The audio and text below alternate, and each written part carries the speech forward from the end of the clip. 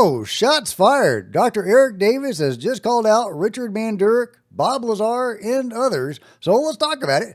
Get in here. This is Jack with Cosmic Road. I talk about UFOs and the paranormal. Please hit like and subscribe and let me know what you think in the comments below. Yeah, recently I did a video about Richard Banduric's claims of reverse engineered alien material or studying UFO material that was disintegrating and all the molecules were connected to each other. Really intriguing claims, but not so fast. Eric Davis is not on board.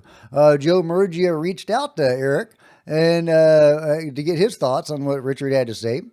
And Eric said, Banduric is a liar on par with Dan Burish, Bob Lazar, Fooch, and Michael Moran. I'm not familiar with Fooch. I know Michael Moran, who claims that he's in contact with beings. I have already told his story in other chat groups because I met him at the 2021 JNF virtual meeting. No real UAP WUSAP personnel would ever come out and say one single word about their work because of the counterintelligence investigation, polygraph, prosecution, and conviction for violating the relevant national security laws and regulations.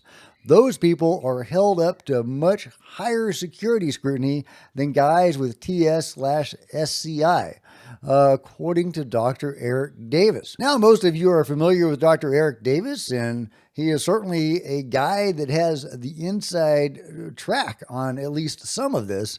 It's debatable about how deep he is in the circles of the UFO control group. I imagine he's more on the periphery, on the outer edge of it, but I'm sure that he has been read into some stuff that he can't talk about. And when you're read into these black programs, you are obligated to lie about it. That just goes with the package, unfortunately. So is this Eric lying about it, or is this Eric being a truth teller, calling somebody out? Well, I can't speak to the claims of Banduric, but I can talk about Bob Lazar because Eric Davis is also calling out Bob. Yeah, calling his claims cockamamie. These are older quotes of Eric Davis talking about Bob. That Bob Lazar made up his entire cockamamie story. Okay, don't hold back, Eric. Joe Murgia wrote a whole blog about this, and it's a really good read, and I'll link to it. I'll read a few excerpts from it. Lazar isn't worth a documentary film, Eric Davis says, pertaining to the then upcoming documentary by Jeremy Corbell about Bob Lazar. A really great documentary, by the way.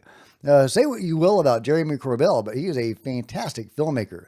The documentaries on Skinwalker Ranch and Bob Lazar are both excellent, very stylish, good stuff. Oh yeah, and that narration by Mickey Rourke is just awesome.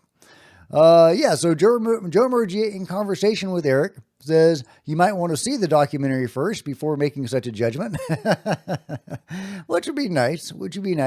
But Eric has some strong thoughts about some of Bob's claims. Per an older quote from George Knapp, when Bob Lazar thought he was going to be, I probably shouldn't say this, but I'll go ahead. When Bob thought he was going to be taken out, he had this particle accelerator in his house, and he had this container with element 115 in it, right in front of it. And he was ready to flip the switch and say goodbye to Las Vegas, I think. Art Bell, this is apparently in a conversation with Art Bell, says, "Oh my God." George says, "I don't know if that was a dramatic gesture or what it was, but thank God he didn't do it." Art Bell says, "I've never heard of this." Yeah, well, it's not a pretty picture. Yeah, I guess it wouldn't be. To which Eric Davis says, nobody can put a particle accelerator in their home unless the house on their entire property is dozens of square miles in size. Element 115 first got synthesized by the Russians in 2003 and was internationally labeled and recognized as element 115, named Moscovium, in December 2015. Moscovium's 4 isotopes have a half-life range ranging from 37 milliseconds to 650 milliseconds. So it is impossible for Lazar to have any Muscovite isotope in his house, nor the gigantic particle accelerators that produced it via the collisions of other large atoms. Now, Bob has actually addressed this. Bob Lazar has said what Eric is talking about is the unstable form of element 115 that has recently been discovered and created. However, if you can stabilize it, it will then be able to do the sorts of things that Bob Lazar claims it can do, like serving as a fuel source for UFOs. Now, did Bob ever have it? I don't know. Did he have a particle accelerator? Who knows? I think Eric's point about the size of particle accelerators is perfectly valid. However, I want to say that Bob has probably addressed this as well. Let me know if you guys are remembering that offhand. But Eric goes on. Also, a roadrunner who ran programs at Area 51 for Los Alamos told me that he knew Lazar's female supervisor at Area 51 and had her pull up his personnel file. Lazar worked as a radiation health monitor in the unsecured logistics contractor facility outside of Area 51, so he was never inside that site, and he never held security clearances because he didn't need them to work in an unclassified area. Lazar made up his entire cockamamie story about the UFO that he saw in a building inside Area 51. He was never exposed to any classified information, facilities, or programs in his work area. Now Joe Murgia fires back, saying if Bob's story was all made up and he had no access to classified info, then why were so many people harassed or threatened when George Knapp tried to talk to them about Lazar? Eric says, I gave you the facts.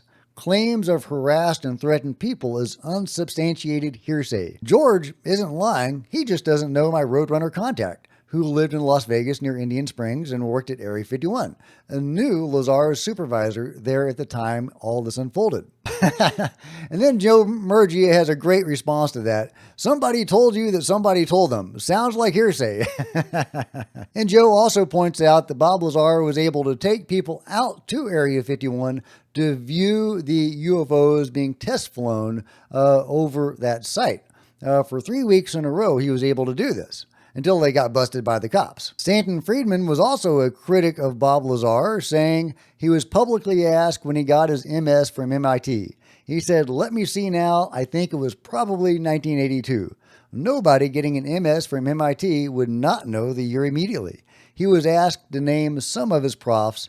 He said, let's see now, Bill Duxler will remember me from the physics department at Caltech. I located Dr. Duxler.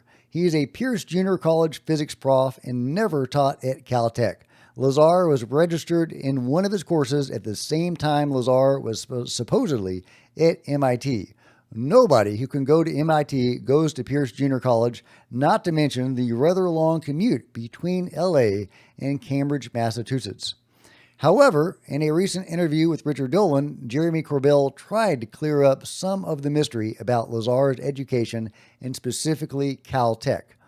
I have had multiple communications with somebody who has known Bob Lazar prior to Bob Lazar being known as Bob the UFO guy. This individual knew him in LA. This individual actually used to drop Bob off at Caltech. So think about that for a second. So if Bob's lying about his education, lying about all that stuff, which I'm willing to accept, this has nothing to do with Area 51, I would be willing to accept that. But he was making a good show of it all the way back then when he had nothing. Yeah, somebody was dropping him off for classes at Caltech, seeming to prove that he did indeed go to Caltech. Now, I'm not going to go through the rest of the blog, but I will link to this, and you can study it at your leisure. From my own research, I've seen enough to convince me that Bob is on the level, or close enough to on the level, for us to take his claims very seriously. Obviously, he's the one that really put Area 51 on the map, and so much of his information has been corroborated over the years. So I don't think Bob is cockamamie. I don't think his claims are cockamamie. And if his claims are not cockamamie, then was Eric Davis just making stuff up? Was he repeating information he had been told to repeat to discredit Bob Lazar? Remember, Chris Mellon also came out with a similar story discrediting Bob Lazar. Now, is it because they have been read into a certain level of the UFO program, the UFO control group, and now they are obligated to lie about it? Is that what's going on? Or are they being completely legit and Bob Lazar is a big fat phony like many people think he is? Personally, I believe Bob, and I think that it's likely that Eric and Chris are both obligated to lie about certain things. So where does this put us with the claims of Dr. Richard Banduric? Is he on the level or not? Well, obviously, I don't know. If you know, let me know in the comments below. But I think there's enough room for doubt in what Dr. Eric Davis says about Bob Lazar to question his motives and interests in discrediting Richard Banduric. But hey, those are just my thoughts. Let me know what you guys think in the comments below. Like and subscribe. Hit the bell to be notified of future videos. You don't want to miss a thing. Join me on social media. There's Facebook and Twitter links below. Love to see you guys there. If you want to support Cosmic Road in a bigger way, consider grabbing a coffee mug or a t-shirt in the merch store below or by becoming a channel member. Channel members are rock stars, and I really appreciate you guys' support. Thank you. Meanwhile, there's plenty of other videos on the channel, and I'll see you next time. This is Jack with Cosmic Road, signing out.